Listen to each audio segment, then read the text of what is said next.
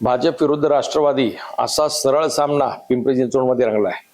काल अजित पवार आले होते. अजित पवारांनी प्रेस कॉन्फरन्स घेतली.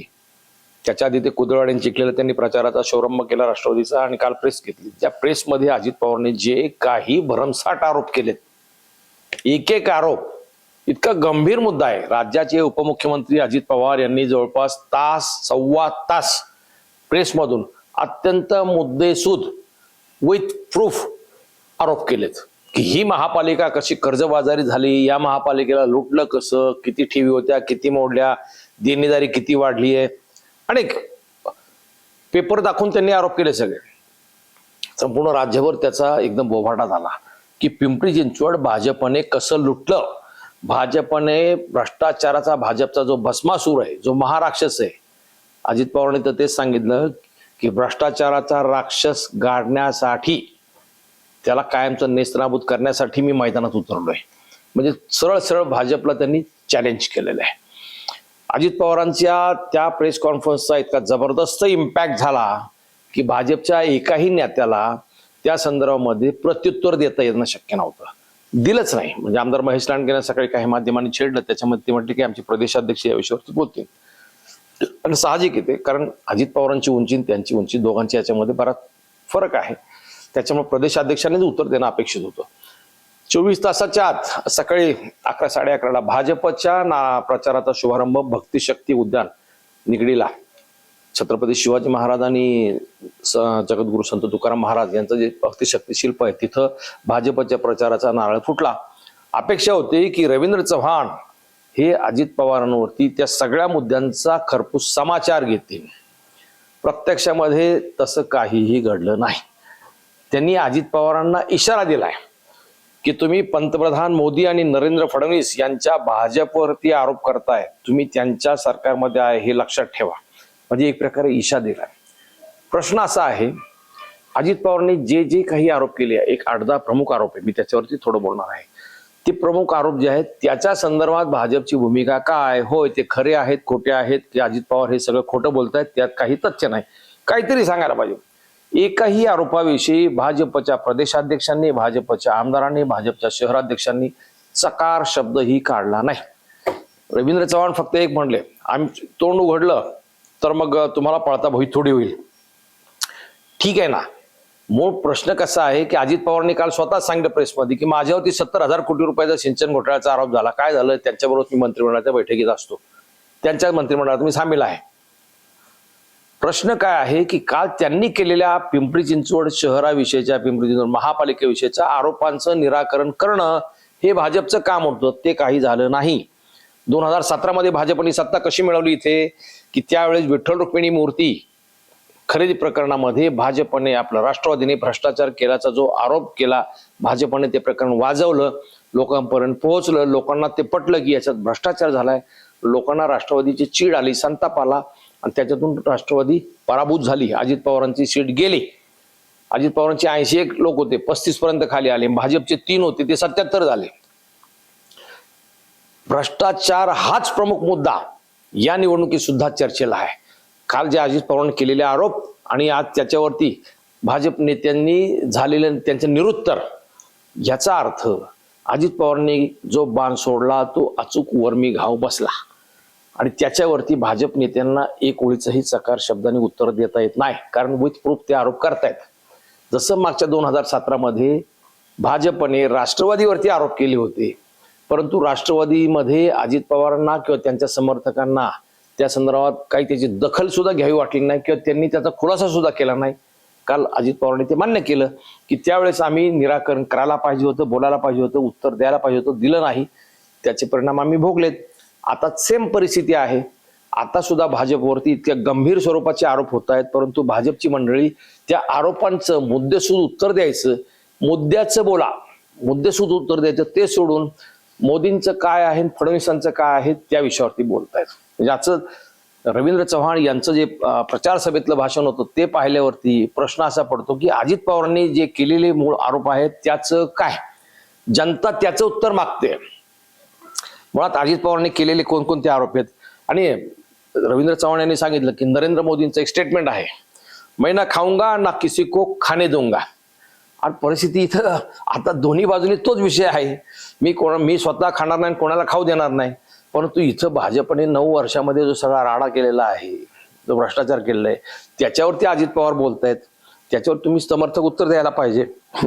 अजित पवारांनी त्यांना लिहून दिलेलं स्क्रिप्ट एका एजन्सी मार्फत, एका सल्लागार मार्फत वगैरे वगैरे, त्याला काय अर्थ आहे? लोकांना त्याच्यामध्ये तथ्य नाही. केलेले आरोप त्याच्यावरती बोला. प्रश्न तो आहे की केलेल्या आरोपावरती बोला. ते बोलत नाहीत. अडचण ती आहे. अजित पवारांनी केलेले आरोप कोणते? प्रमुख ठळक आरोप आहेत तेच. मी जास्त जवळजवळ ते 101 आरोपांची मोठी जंत्री आहे. का त्यांनी फक्त एक ते वानगी दाखल फक्त 8-10 आरोप त्याच्यामध्ये केलेत. त्यातला पहिला आरोप काय? 9 वर्षामध्ये भाजपने, म्हणजे 2015-16 पासून तर त्यांनी काढलं होतं, 2017-18 पासून तर आतापर्यंत महापालिकेची जी सगळी बजेट सादर केली गेली 9 वर्षामध्ये, त्याची रक्कम होती 59,215 कोटी रुपये. त्यातले 30-32% महापालिका कर्मचाऱ्यांचं वेतन, निवृत्ती वेतन, हे सगळं खर्च गेला, आस्थापना खर्च तो गेला.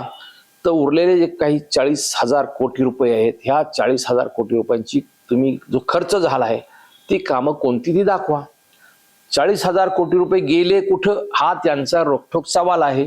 त्याच्यावरती भाजपनं उत्तर देणं अपेक्षित आहे. आता खरं तर मी ह्या प्रत्येक मुद्द्यावरती स्वतंत्र एक व्हिडिओ करणार आहे. 40,000 कोटीचा हा स्वतंत्र विषय आहे. त्याशिवाय अजित पवारांनी आरोप केला त्याच्यामध्ये 40,000 कोटीमध्ये त्यांनी सांगितलं की यांनी कोणकोणती कामं, महापालिकेची इमारत बांधायला काढली किंवा भक्तिशक्ती उड्डाण पूल केला, ठळक कामं मोठी मोठी, एक भावास्कडचं काम आहे, एक कचऱ्याची निविदा आहे, बस ही 5-6 कामं सोडली. 1,000-2,000 कोटीची ती कामं असेल. बाकी पैशाचं झालं काय, याचं उत्तर अपेक्षित आहे. ते उत्तर मिळत नाहीये. महापालिका कर्जबाजारी केली म्हणजे चिखलीच्या भाषणात त्यांनी सांगितलं, महापालिका कर्जबाजारी केली. आतापर्यंत कधी असं झालं नव्हतं. सगळ्या ठेवी मोडल्या वगैरे वगैरे. कर्जबाजारी महापालिका करणारा, महापालिकेचा कडेलोट करणाऱ्यांना बाजूला करा, असं त्यांचं ते आव्हान होतं. तर महापालिका कर्जबाजारी कशी केली ही सुद्धा त्यांनी अगदी आकडेवारी सहित दिली आहे. किती देणेदारी झाली आहे. महापालिकेच्या 2015-16 मध्ये 4,844 कोटी रुपयाच्या ठेवी होत्या. कोटी रुपयांच्या 4,844 कोटी रुपयांच्या. त्याच्यावरती खरं तर मुद्दल व्याज पकडून आतापर्यंत ते किमान 10,000 कोटी रुपये व्हायला पाहिजे होते. प्रत्यक्षामध्ये त्या ठेवी आज 2,132 कोटी रुपये आहेत. मग ह्याच्यावरती साधा सरळ सोपा प्रश्न आहे की आतापर्यंत 10,000 कोटीच्या ठेवी पाहिजे होत्या, त्या फक्त आहेत 2,132 कोटी, म्हणजे 8,000 कोटी रुपयांचं तुम्ही ठेवी मोडल्या. हे गणित आहे सगळं इतक्या वर्षाचं. मागच्या 2017-18 मध्ये फक्त रोजचे महापालिकेचे आलेले पैसे हे बँकेत ठेवले म्हणून 95 कोटी रुपये व्याजापोटी मिळाले होते. व्याजापोटी, फक्त आर्थिक शिस्तीमध्ये. म्हणजे अशा प्रकारे व्याजाचा हिशोब केला तर महापालिका आता प्लस मध्ये पाहिजे होती, ती नाहीये. त्याचं उत्तर अपेक्षित आहे भाजपकडून. 2017 ते 22 भाजपचा काळ होता. 22 पासून पुढे प्रशासन होतं. प्रशासनावरती कंट्रोल सगळा राज्य सरकारचा होता. त्याच्यामुळे ह्या 9 वर्षाचा हिशोब भाजपने द्यावा ही अजित पवारांची मागणी आहे. ह्या त्यांचा जो आरोप आहे त्याचा खुलासा झाला पाहिजे. दुसरा त्यांनी आरोप केला की पंतप्रधान आवास योजना डुळगावला जे आहे त्याच्यामध्ये 1190 सदनिकांचं काम 142.89 कोटी रुपयाला दिलं. आकडेवारी सहित आहे. ती निविदा 167.82 कोटी रुपयाची होती. 25 कोटी रुपये जास्त दराची निविदा दिली की नाही, हो की नाही, खरं की खोटं, याच्याबद्दल खुलासा करा. तो काही खुलासा होत नाही. प्राधिकरणाच्या सेक्टर 12 मध्ये आताचं PMRD त्यावेळेचं प्राधिकरण, त्यांनी 630 कोटी रुपयांच्या 6,452 सदनिकांची निविदा काढली होती. ती जवळपास 17 ते 18% बिलो. डुळगाव ते सेक्टर 22 किती अंतर आहे? जास्तीत जास्त 5-6 किलोमीटर आहे. म्हणजे इथं 17 ते 18% बिलो निविदा येते आणि तिथं मात्र 25% अभावने तुम्ही कर्म देताय. हा फरक का, याचं उत्तर पाहिजे. म्हणजे ह्याच्यामध्ये 115 कोटी रुपये प्राधिकरणाच्या त्या स्कीम मध्ये 6,452 सदनिकांमध्ये कमी दराची निविदा येते. तिकडे काय येऊ शकत नाही, हा त्यातला विषय. त्याच एरियामध्ये प्राधिकरणात आणि ह्याच्यामध्ये गंमत पहा, पंतप्रधान आवास योजनेचे हे जे दर आहेत ते जमीन महापालिकेचे असून फक्त बांधकामाचे दर आहेत. इकडे प्रत्यक्षात खाजगी बिल्डर जो असतो त्या भागातला ते साधारण 3,800 ते 4,200 रुपये प्रति स्क्वेअर फूट याप्रमाणे बांधकामाचा दर असतो. हे सगळं जर गणित पाहिलं त्याच्यात फ्रॉड दिसतो ना. म्हणून भ्रष्टाचार म्हटलेले, भ्रष्टाचाराचा यांना भाजपचा भ्रष्टाचार मला पाहवत नाही असं त्यांनी अजित पवारांनी म्हटले. स्मार्ट सिटी मधले फक्त 2-3 उदाहरणे. अंडरग्राऊंड केबलिंग केलं गेलं शहरामध्ये संपूर्ण 250 कोटीचं केबलिंग केलं गेलं. या 250 कोटीच्या केबलिंग पैकी म्हणजे 600 किलोमीटरचं होतं, त्याच्यात 200 किलोमीटरचं आत्ताच बंद पडलं. 250 कोटी रुपये पाण्यात गेले. उत्तर द्या. शहर विकास आराखडा सगळ्यात मोठा विषय, शहर विकास आराखडा. त्या शहर विकास आराखड्यातील सर्व आरक्षणं, बिल्डरची आरक्षणं वगळली, शेतकऱ्यांची, भूमिपुत्रांची, गाववाल्यांची सगळी शेती जमीन ती आरक्षणात कशी आली याचं उत्तर पाहिजे. ते उत्तर काय मिळत नाही. कुदळवाडीमध्ये अतिक्रमण कारवाई प्रचंड मोठ्या प्रमाणावर केली. 950 एकर जमीन रिकामी केली. तिथं 175 एकराचं नंतर कन्व्हेन्शन सेंटरचं आरक्षण पडलं. म्हणजे पूर्वनियोजित होतं का? हे कोणा बिल्डरसाठी होतं का? मग कुदळवाडी कारवाई ही बिल्डरसाठी होती का? याचं उत्तर अपेक्षित आहे, ते पण मिळत नाही. 123 महापालिकेच्या ज्या शाळा आहेत त्याच्यामधून ई-लर्निंग प्रोजेक्ट राबवला गेला. त्या प्रोजेक्टसाठी 42 कोटी रुपये खर्च केले. ते सगळा प्रोजेक्ट बंद आहे. त्याचं उत्तर अपेक्षित आहे. म्हणजे ही सगळी जी कामं केली गेली त्या संदर्भात. भाजपच्या काळामध्ये नितीन लांडगे स्थायी समितीचे अध्यक्ष होते, ते अँटी करप्शन मध्ये सापडले. हे तर वास्तव आहे ना. त्या सगळ्या बातम्या पण छापून आल्यात. ते यापूर्वी कधी घडलं नाही, ते घडलं. त्याचं उत्तर अपेक्षित आहे. कुत्र्यांची नसबंदी जी केली गेली त्याच्यामध्ये किती बनवेगिरी केली गेली ते त्यांनी उघडकीस आणलं. याशिवाय आणखीन अशी अनेक प्रकरणं आहेत. वृक्षगणना शहरामध्ये जी झाडांची मोजणी केली त्यासाठी 7 कोटी रुपये मोजले गेले. एकही झाड न मोजता 7 कोटी रुपये दिले गेले. भामा आसखेडची जी पाणी पुरवठा योजना आहे त्या संदर्भामध्ये सुद्धा त्या योजनेमध्ये 65 कोटीचं काम 165 कोटीला दिलं. 100 कोटी, नॉट अ जोक. अशा प्रकारे जर फ्रॉड झाला असेल तर किती मोठ्या प्रमाणात भ्रष्टाचार झाला त्याचं उत्तर भाजपने देणं अपेक्षित आहे.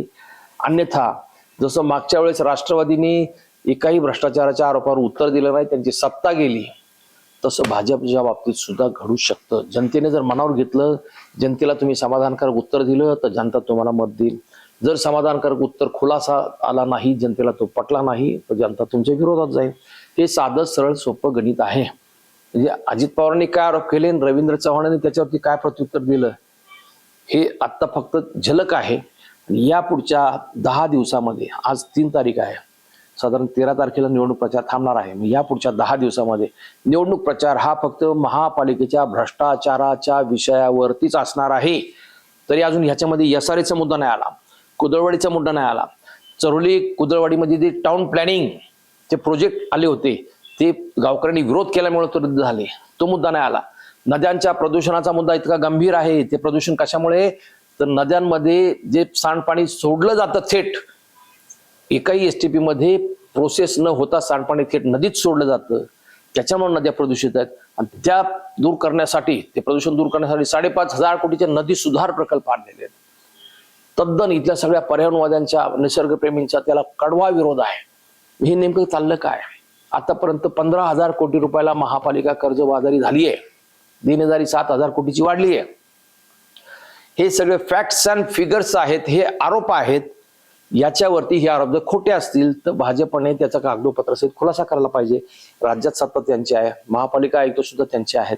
त्याच्यामुळे त्यांनी ह्या विषयावरती जर खुलासा केला तर मला वाटतं प्रचारामध्ये जनतेला याची जर उत्तर मिळाली तर भाजपला पुढचं वातावरण सोयीचं असेल. जर ह्याची उत्तर मिळाले नाही तर जनतेच्या मनामध्ये जो संशय निर्माण होतो तो संशय अधिक गडद होत जाईल. त्याचा परिणाम भाजपच्या सत्ता जाण्यापर्यंत होऊ शकतो. म्हणून भाजपचे जे पदाधिकारी आहेत, अगदी मुख्यमंत्र्यांपासून तर खालचे सगळे पदाधिकारी, यांनी इथे 4 आमदार आहेत भाजपचे, एकही या विषयावरती सकार शब्द बोलत नाही. भाजपचे शहराध्यक्ष सुद्धा या विषयावरती बोटचेपी भूमिका घेतात. मुळात ते त्याच्यावरती उत्तर देऊ शकत नाहीत, कारण त्यांचा आवाका पण तितका नाहीये. म्हणजे हे सगळं जर परिस्थिती पाहिली तर पुढच्या काळामध्ये अजित पवारांनी सांगितलेलं आहे, मी आता फक्त आरोप केलेले आहेत, पण ह्याच्यावरती माझ्याकडे पुढचा प्रोग्राम सुद्धा आहे. म्हणजे उत्तर काय आहे ते सुद्धा 2-3 दिवसांनी पत्रकार परिषद घेऊन परत मी त्याच्यावरती बोलणार आहे. म्हणजे नुसते आरोप करतोय असं नाही, तर शहर कसं असायला पाहिजे याचं एक व्हिजन माझ्याकडे आहे, त्या संदर्भात सुद्धा बोलणार आहे. भाजपकडे काय व्हिजन आहे, भाजपकडे 9 वर्ष सत्ता असताना त्यांनी नेमकं शहराचं काय कल्याण केलं, राजकीय सोडून द्या, जनतेसाठी काय केलं याचं उत्तर मिळालं पाहिजे. एवढीच अपेक्षा, आणि खास त्यासाठी हा व्हिडिओ केला. जनो, तुम्हाला काय वाटतं या संदर्भामध्ये? मला कोणाच्या राजकारणाशी, कोणाच्या पक्षाशी याच्याशी काही देणं घेणं नाही, ना भाजपचं ना राष्ट्रवादीचं. जनतेला काय मिळतं नेमकं निवडणुकांमध्ये हे समजलं पाहिजे की आम्ही टॅक्स पेअर आहोत, आमच्यासाठी तुम्ही काय करणार आहात. पाण्याचे दर कमी करणार आहात, मिळकत कराचे दर कमी करणार आहात, रस्त्यावरची वाहतूक कोंडी संपणार आहे, कशी संपणार आहे, याची उत्तरं या विषयावरती, विकास कामांच्या मुद्द्यावरती चर्चा व्हायला पाहिजे. ती होत नाहीये. भलतीकडेच उद्या आम्ही राम मंदिर बांधून दिलं, आम्ही 370 आणलं, हे नॅशनल लेवलचे जे विषय आहेत ते महापालिकेच्या पातळीवरती या निवडणुकीमध्ये ते अपेक्षित नाहीच आहे. मुळात आमच्या रोजच्या जीवन मरणाचा, इथला जो जन्मापासून मरणापर्यंत महापालिका निगडीत आहे, त्याच्याशी निगडीत जे प्रश्न आहेत त्याविषयी बोला, हीच अपेक्षा आहे. मला वाटतं भाजपवाले किमान ह्या कालच्या आजच्या प्रेस कॉन्फरन्स किंवा ह्याच्यातून आरोप प्रत्यारोपातून शिकतील आणि या संदर्भामध्ये काहीतरी प्रत्युत्तर देतील, बोलतील. अन्यथा ते आरोप एकदा जर तुम्हाला चिकटले तर मग तुमची खैर नाही. धन्यवाद.